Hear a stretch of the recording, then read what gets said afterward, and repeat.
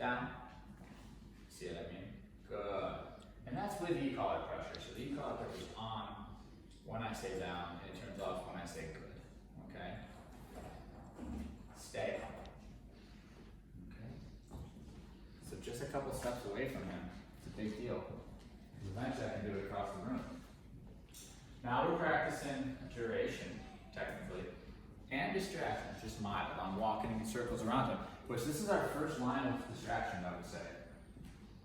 A lot of people start with just a simple using your body before you go to toys or anything. That's, if you can't do a circle around your dog, you're probably not ready to take out the squeaky toy yet.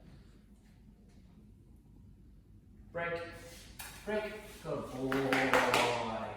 He's like, this is getting boring, Joshy. What is your good rewards? Huh? John. When you start adding distance, it gets challenging.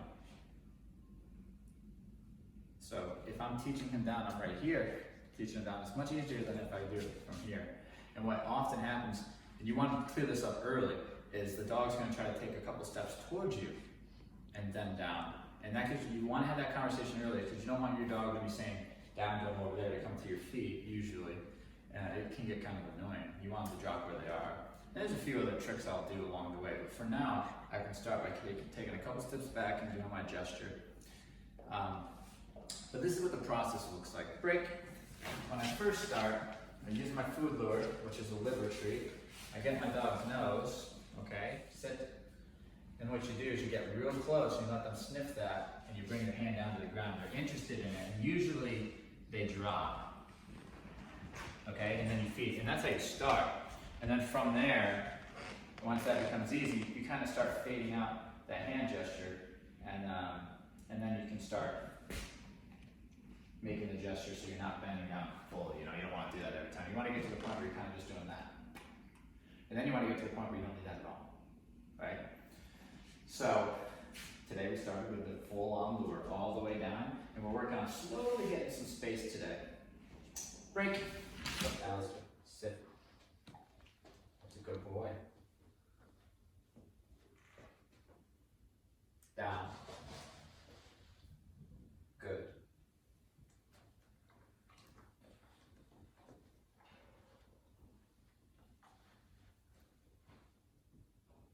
Good boy.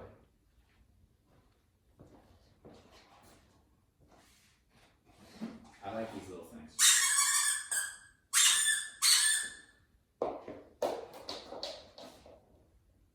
Good.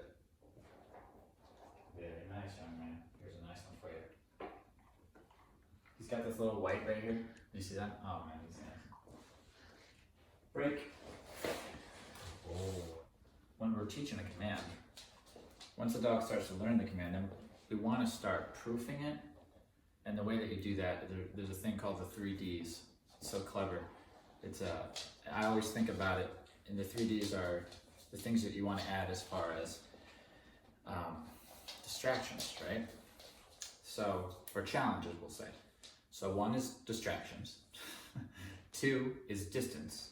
So you got to get further away from the dog when given the command. And then the 3rd one is duration. So they stay in the command for a longer period of time. And then when your dog gets really good, you add all those at the same time. Distractions, duration, and distance. And that's pretty much what we're using. We're using those concepts to start getting these things solid. Allister. Good boy. Try and get a little further over. Down. Good. Stay.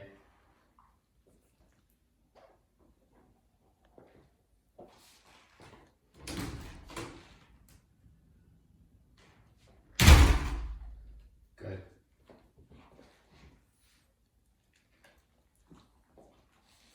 Break. Nice.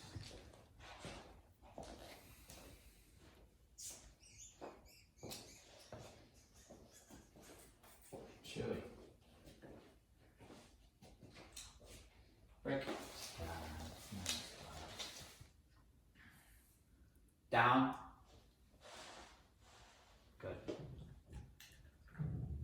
I'm at a 6 on the e-collar here. Just Just enough to have a sensation on the neck, nothing uncomfortable or anything. Just he barely feels it, and it's my way of communicating with him. Good boy.